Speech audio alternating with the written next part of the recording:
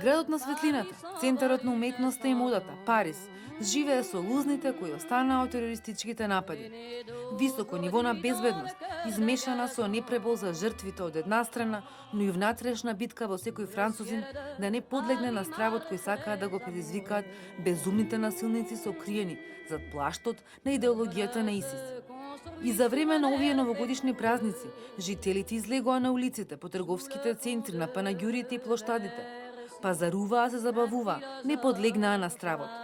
На секој чекор полицајци специјалци, во продавниците обезбедување врши проверки со детектори и увид во чантите на посетителите.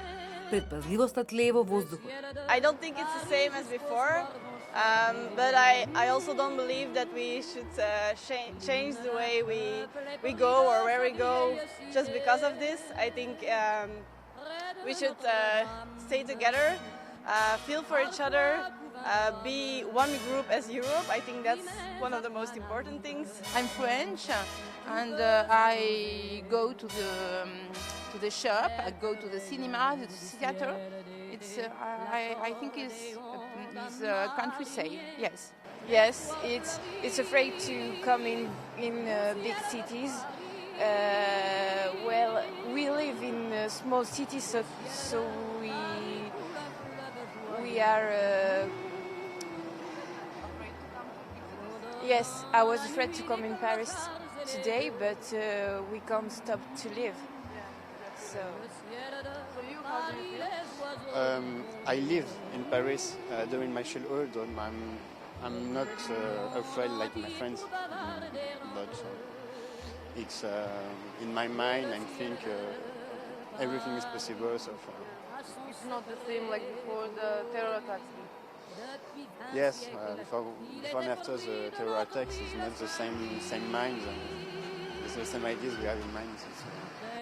Најдлабока рана оставија серијата крвави напади кои го стресоа Париз на 13 ноември 2015, кога беа убиени 130 луѓе на повеќе локации. Најмногу жртви од тероризмот имаше во концертната сала Батаклан, каде стотици жители и туристи се забавуваа со музиката на американска метал група. Таа трагична ноќ терористите оставија зад себе хорор, но парижани му прекосат на теророт. Една година подоцна на истиот датум со концерт на Стинг беше отворена Батаклан. Салата беше затворена кога ја посетивме. На вратата стоеше напис засилено обезбедување поради ризик од напад. Крвавиот 13 ноември 2015 година ќе остане вечно болно сеќавање за Париз и за парижани. Токму затоа и овде пред концертната сала Батаклан е поставено ова спомен обележје. А на влезот на Батаклан и по година и еден месец поминат се уште се палат цвеки и се оставаат цвеќиња од граѓаните кои минуваат овде. Екипата на телевизија Нова ги посети двете кафулиња кои истиот кобен ден беа мета на терористите – Ле Петит и Ле Карилон. Ле Петит беше затворен за време на празниците, додека во Ле Карилон поразговаравме со дел од редовните муштери. How is the atmosphere here? It's more than a year since the terror attack. No, it's still warm, just as warm as it was before, because the team, people who work here, making a great job. Mostly. Since you live near here and you come often, are people coming again here in these cafes? And generally, how is the situation? How do the people feel? How do you feel after this? Well, I was not here, so it's just a weird feeling. I should have been here, but due to an exceptional fact, I was not here. So. I don't know how I feel, sometimes you think about it, sometimes you don't. These are quite a hard question to answer. Okay, are people afraid now after this all happened, or they're trying to continue their lives? I don't feel that. Just continue to live the same way. And why now? Каков е животот во Париз по терористичките земјотреси? Екипата на телевизија Нова разговараше со двајца македонци. Бојана Симоновска живее и работи една деценија, а Игор Станковиќ е роден во Франција.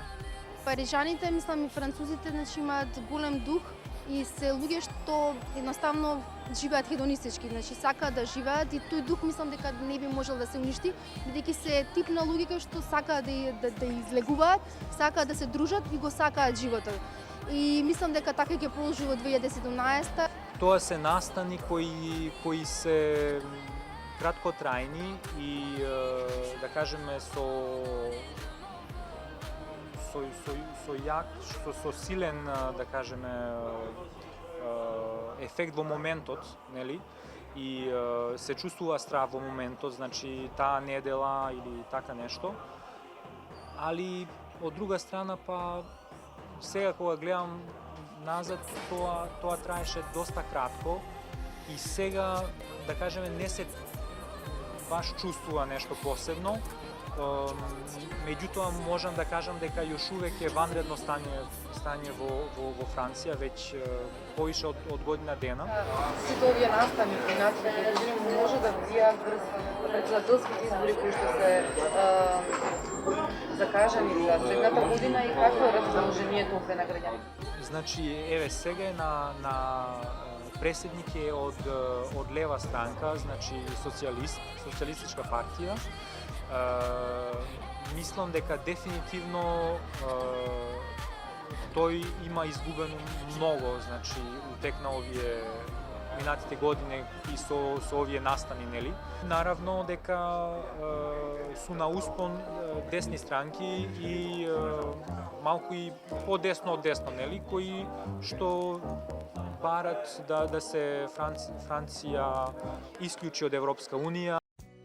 Дека расположението во Франција оди кон десните партии оценува и фотографот Миломир, по потекло од Сараево, а веќе 22 години живее во Париз. Земјата годинава ја очекуваат председателски избори, кој ќе го наследи Франсуа Оланд. Biće ti izbori, nažalost, to što sam rekao da ima prodor te ekstremne desnice, međutim ne vjerujem da će ona proći, s tim što je ona pomjerila sad mjere.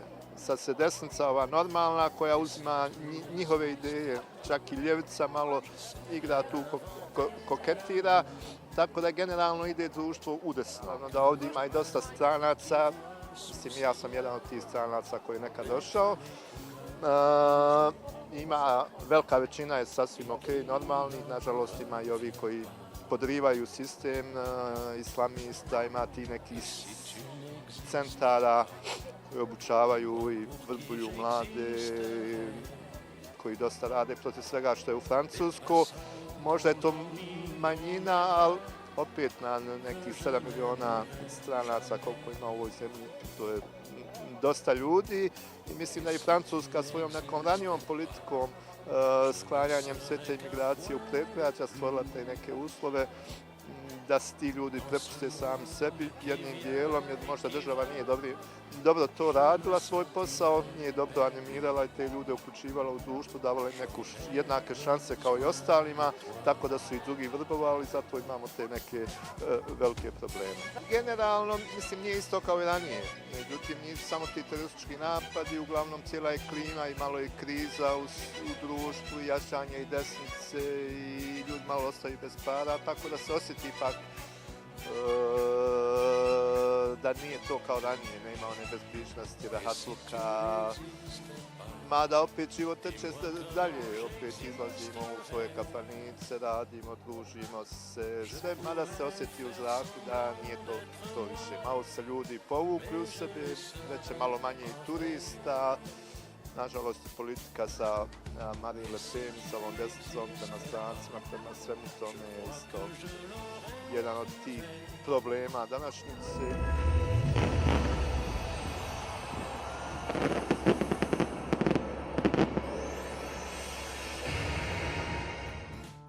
И новогодишната ноќ е отслика состојбата во која се наоѓа градот период. Париз блесна, триумфалната порта и Ефеловата кула ги има гепса и ледниците кои таму ја дочекуваа новата година. Светилки, романтика, огномет и забава.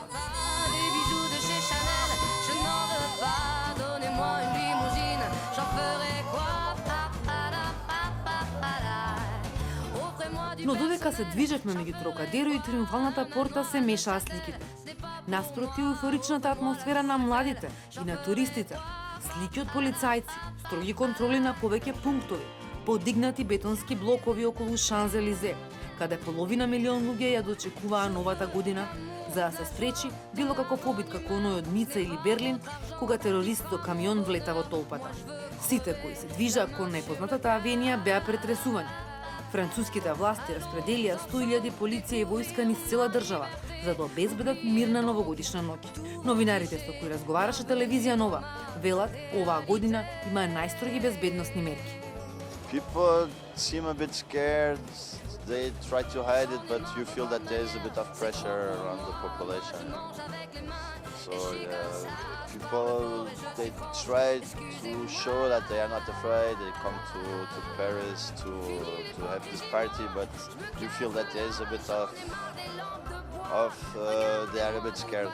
Every year there's a lot of police, a lot of security, but this year it's more than the other years because of all what happened with the terrorist attacks in Europe and so.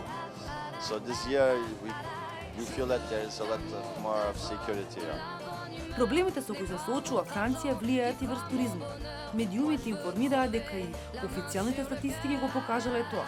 Но градот на светлината, градот на Айфелова, на Лувр, на Богородичната црква на Сена, градот на Мулен Руш, на Монмартр, на Елисејските полиња и под прекривката на маглата за новогодишните празници изгледаше живо. Пулсираше со чекорите на сите оние кои со сјај во очите тонеа во прекрасните гледки, исполнети со величинствени градби, музеи, споменици, катедрали, театри. Светкаше низ многуте украсени улици и излози. Звучеше на јазиците на илјадници туристи кои пазаруваа на Шанзелизе, крстареа по Сена, пија греано вино на панаѓурите, чекаа ред за познатите кафетерии и ресторани. Јас сум од Барселона, прв пат сум во Париз. Многу сум задоволен што сум овде. Ги посетуваме спомениците и се што сме слушнале, се е преубаво. Јас сум од Мексико, втор пат сум овде. Тука сум со девојката, се е убаво. Најмногу ми се допаѓа Нотр-Дам и оваа црква. Прв пат сум во Париз, многу е романтичен. Ми се допаѓа Ефеловата кула. Доаѓаме од Калифорнија и многу ни е ладно. Во Париз ми се допаѓа расположението, спомениците и историјата.